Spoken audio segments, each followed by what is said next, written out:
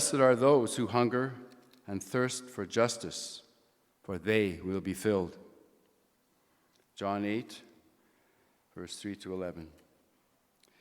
The teachers of the law and the Pharisees brought in a woman caught in adultery. They made her stand before the group and said to Jesus, "Teacher, this woman was caught in the act of adultery. In the law, Moses commanded us to stone such women. Now what do you say?" They were using this question as a trap in order to have a basis for accusing him. But Jesus bent down and started to write on the ground with his finger. When they kept on questioning him, he straightened up and said to them, "Let any one of you who is without sin be the first to throw a stone at her." Again, he stooped down and wrote on the ground.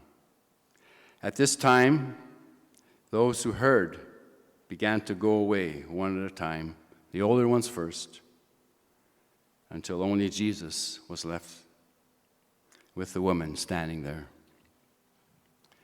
Jesus straightened up and asked her, "Woman, where are they? Has no one condemned you?"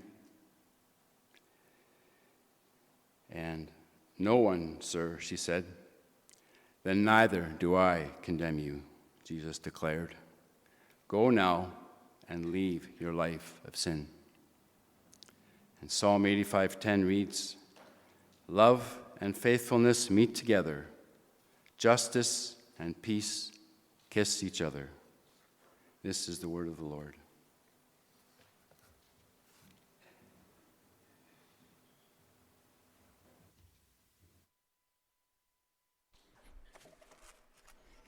Good morning. Somebody told me when they met me at the door coming into the church, they said, "You look like a pharmacist." Well, the pharmacist is bringing you the message this morning.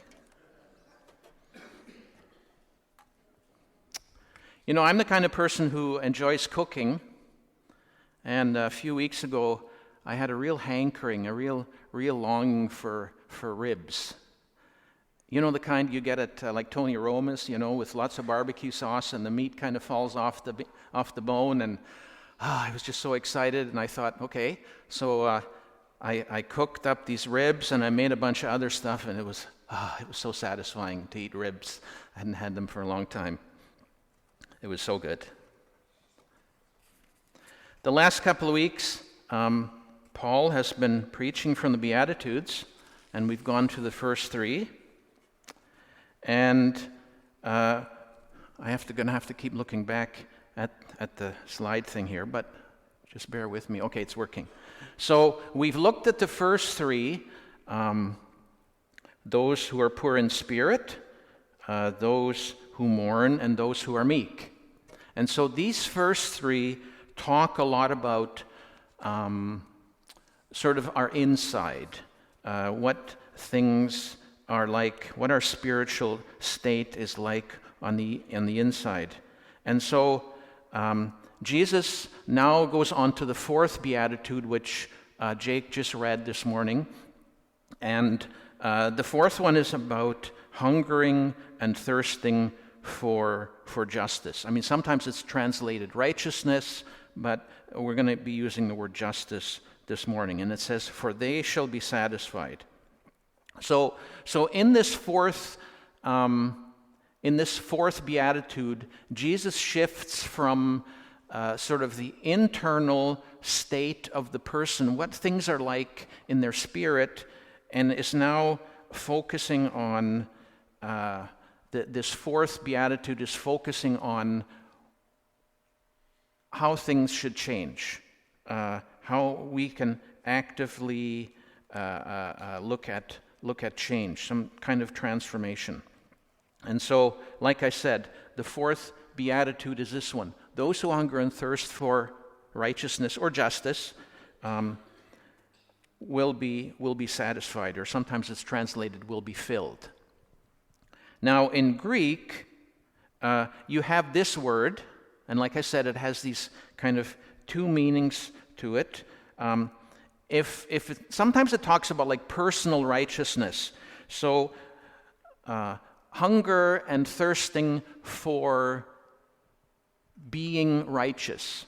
Now, we know that being righteous, we can't do things and bring about our own righteousness. I mean, Jesus is the one who is the righteous one and who died on the cross for us, and so God imputes his righteousness to us.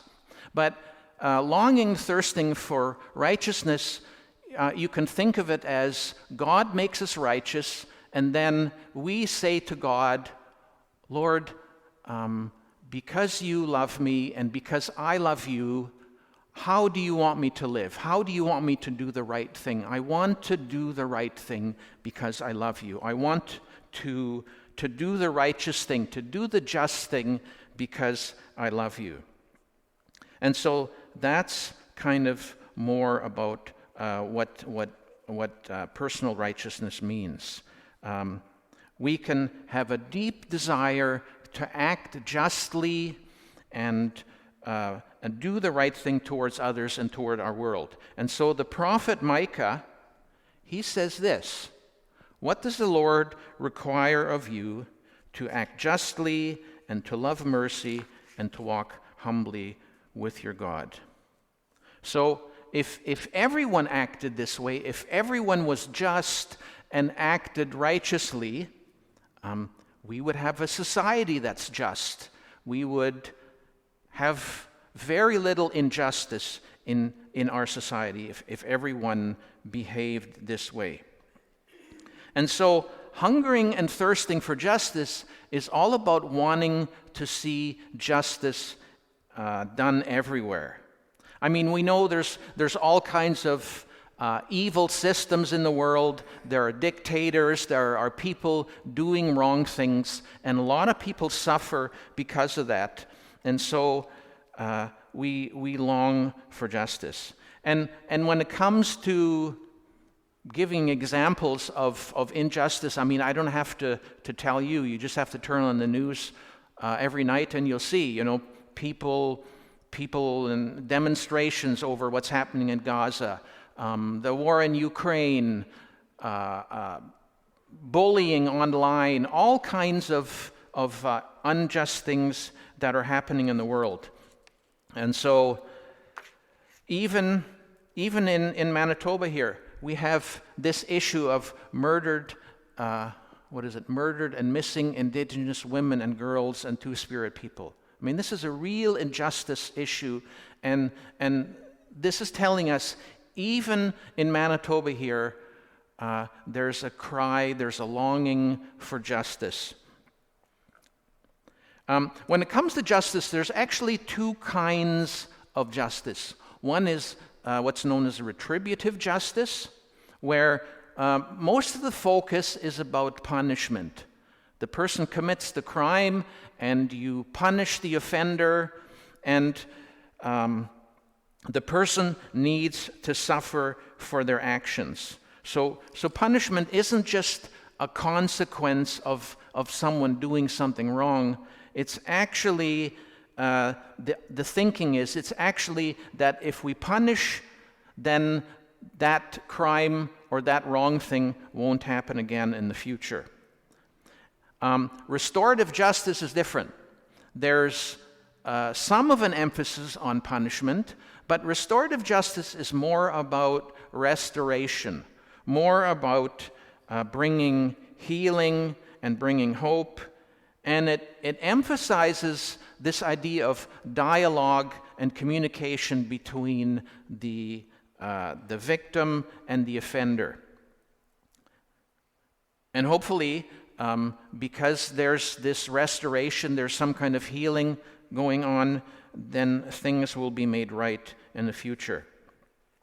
And so the passage that was read from John this morning really is a story about these two kinds of justice.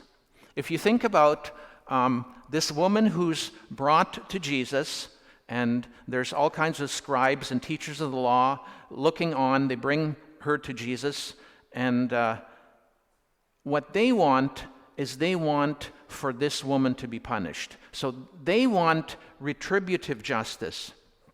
They know that she's done something wrong, and so they want her punished. I mean, according to the Old Testament, if someone was caught in adultery, the authorities or whatever had the right to stone the person. And so that's what these religious leaders are asking about. They want justice. They want retributive justice.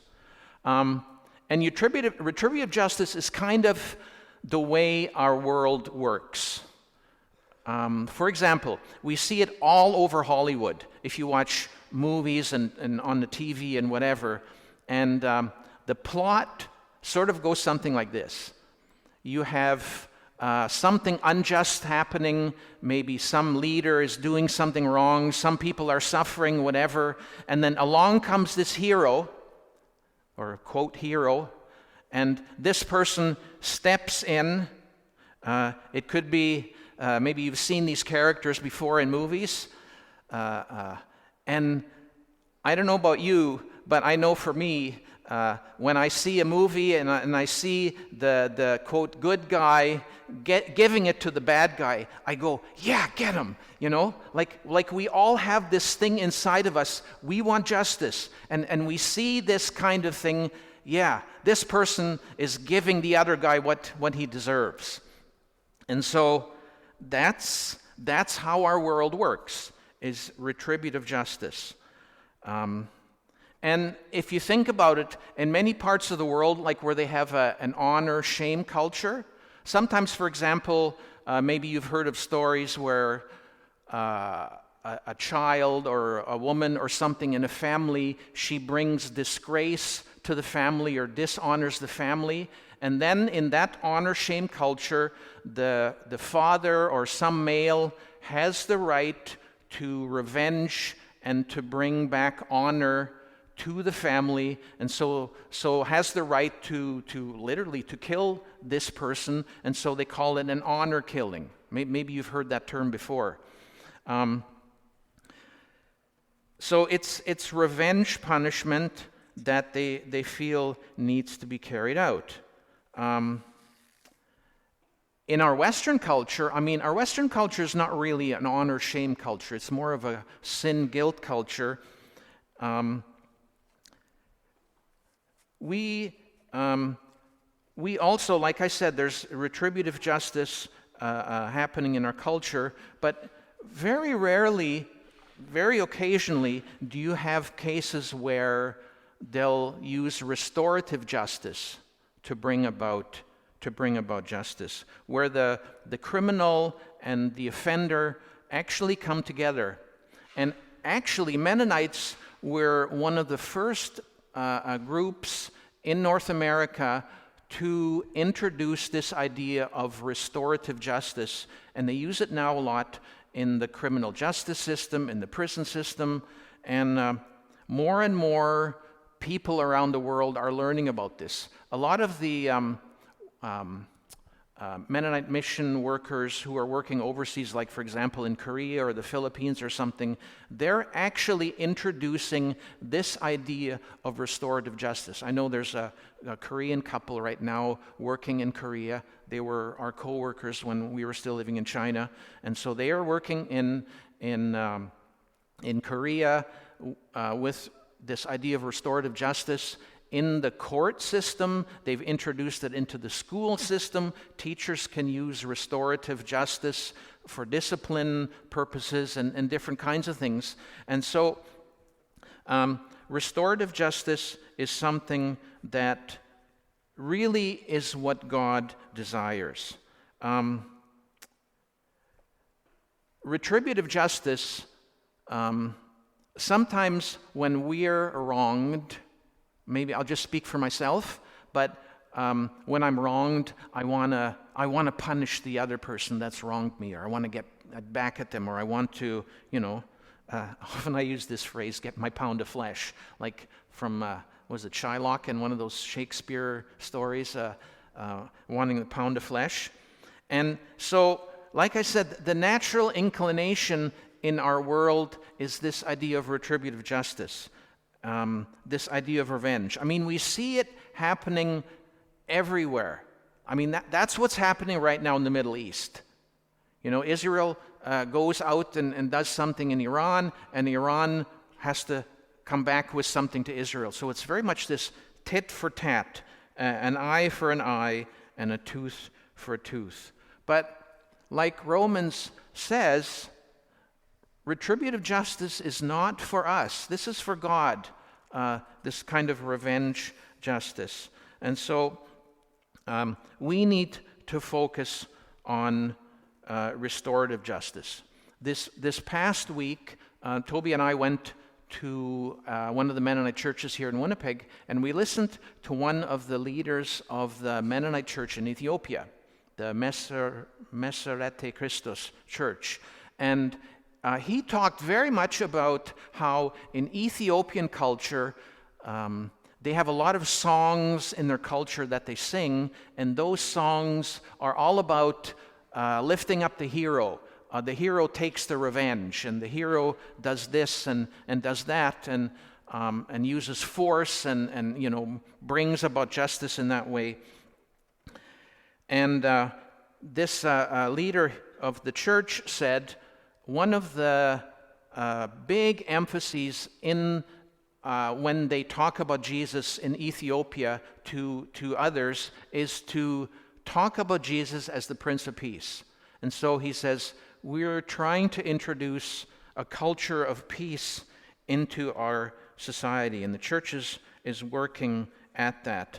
And when I heard him talk about that, I thought, in our Western culture, I don't know if it's much different. The soldier gets the glory, and the military gets all the money, and we think of using violence and force, incarceration, and all those kinds of things to deal with injustice. And so, in many ways, maybe our culture is like that as well. And the myth is often, well, if we use this kind of retributive justice, then we'll be satisfied. So, for example, there was a study done on families who had someone murdered in their family, and this person, this offender, was going to get the death penalty. And so they did a study of families to see, because a lot of times families will say, oh yeah, the death penalty, I want to see that person killed, the person that murdered my daughter or something. And they have this idea that it will bring them some sense of satisfaction or closure or relief.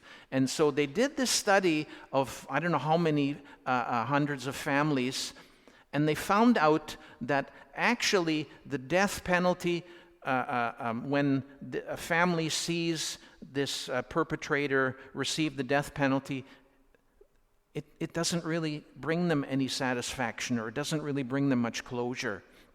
And so it's kind of a myth that retributive justice will bring satisfaction. And so I believe that it's only restorative justice that really brings satisfaction. And it's interesting in our story from the story that was read about the adulterous woman this morning, that, like I said, there's two kinds of justice going on here. Retributive is what the religious leaders want, but Jesus says to them, okay, so who of you has committed a no sin?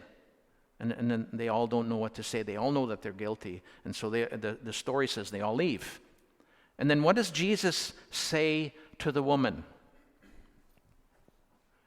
Oh, okay, yeah. So this is what he says to them, to the religious leaders. And then what does he say? No, okay, we're not quite there yet. What he says to the woman is that, no, woman, I don't condemn you either. Now live your life of sin and go. And that's very much a sense of wanting restoration, wanting healing for her. So Jesus' way is all about restorative justice. And I find it interesting that God is in the, you could say, in the restorative business. If you think about it, God, even in the first few verses in Genesis, God is already restoring something. Now look at this verse. It says, the earth was formless and empty. And what does God do? God brings about order. He says there's going to be light. The light was good, and he goes about separating it. He brings order to chaos. He brings restoration to something that needs restoration. Now, what about the next part? The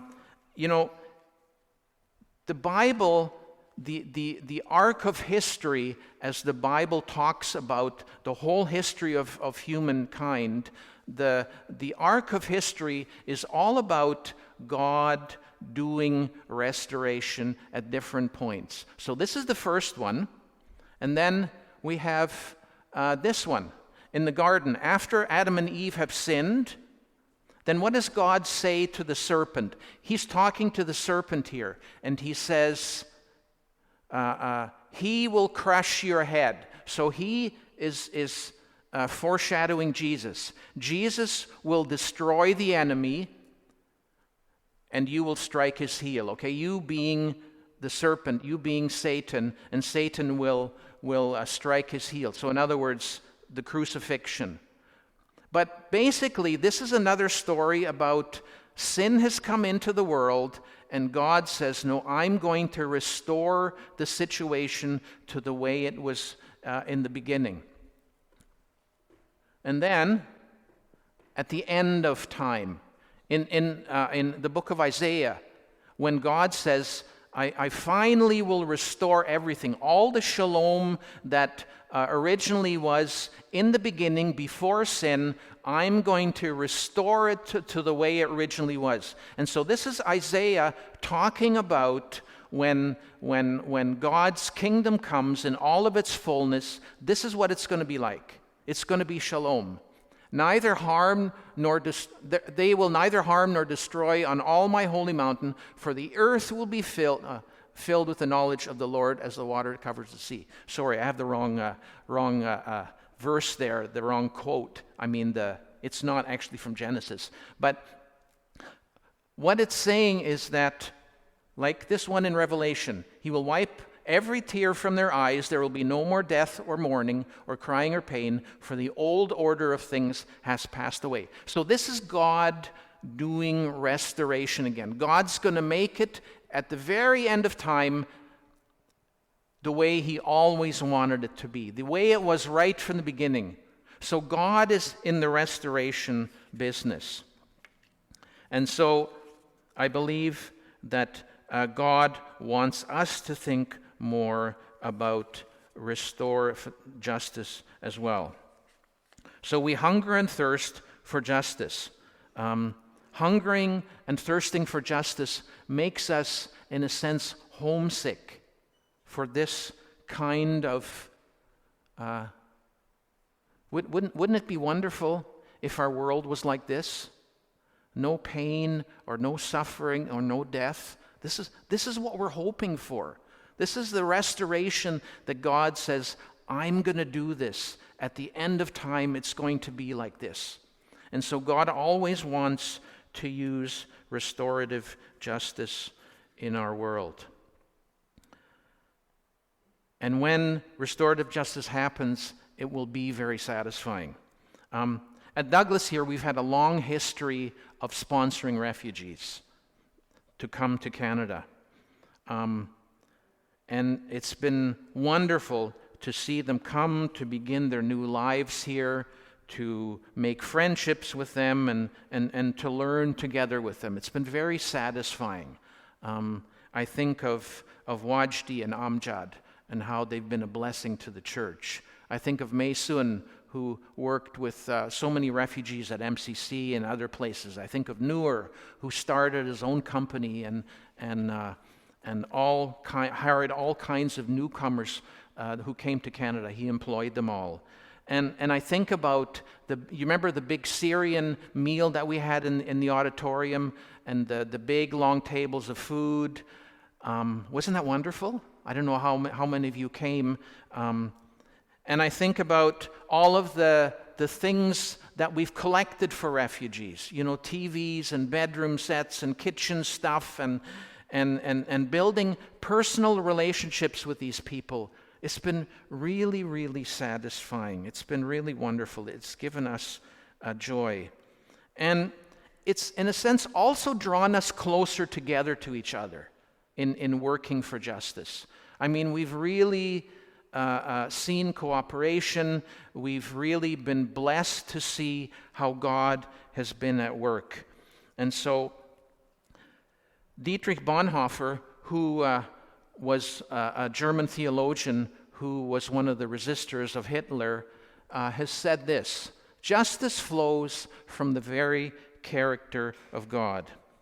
So, in other words, what he's saying here is that if we work for justice, and if we work together with God, I mean, that's the important part, working together with God for justice, we actually come to know God better. When we participate with Him in working to help the vulnerable, to seek their good, to live out biblical justice in our lives. When we participate with God in doing that, then we will be satisfied. And this word satisfied isn't just, satisfied as you think of it. This, or filled or whatever, this is like overflowing. This is like a banquet table full of stuff. That's how satisfied it's going to be. So the question then for us is, what do we see God doing? Where do we see that we might be able to partner with God? How do we see the Spirit at work? Where can we reach out? Where do we see injustice, and where can we be at work together with God? I think of the group at Cross Lake. Some years ago, I think there was a bunch, when Dale Friesen was still here, he took a bunch of youth to Cross Lake, and they came back, and they were just all so excited, and the people at Cross Lake have been asking, okay, where are you Mennonites? Don't just leave us. We want to continue to have a connection, to have a relationship with you. I mean, I think of John and Jennifer Wiebe, who went to Africa and did things, and they came back and they shared, and they were so excited, and we were so excited to learn about what happened over there, to see what God would do. And I talked to other people about going to the Dominican Republic or going to other places. And the injustice that we see and the working for justice isn't just about those faraway places. It's also about things that are right here in our own backyard. When we were still, Toby and I were still in Macau, I spent probably about 15 or so years also involved in prison ministry. And I think I just got so much joy out of visiting with prisoners in the prison. We had a Bible study and had time of worship, and then we got to pray with them and stuff. And I, every time I left, I felt more blessed leaving. Like I had been more blessed than I felt like I brought some kind of blessing to them. And so, there's prison ministry. There's all kinds of things that I believe God is saying, how can we work together for justice? So we partner with God, and that's when we pray the Lord's Prayer. Your will be done on earth as it is in heaven. That's what it's about. It's about seeing God's kingdom come here, and that is all about longing and thirsting for justice.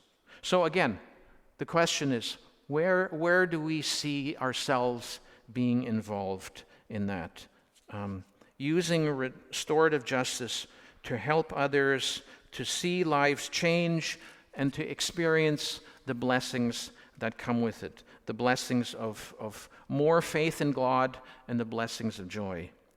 And so I just want to close with this phrase to say that God's heart is for justice. God's heart for the world is like this. And so may God give us a heart too, a heart that is like His, a heart that hungers and thirsts for justice. Lord, give us a heart like yours, a heart that hungers and thirsts for justice. Amen.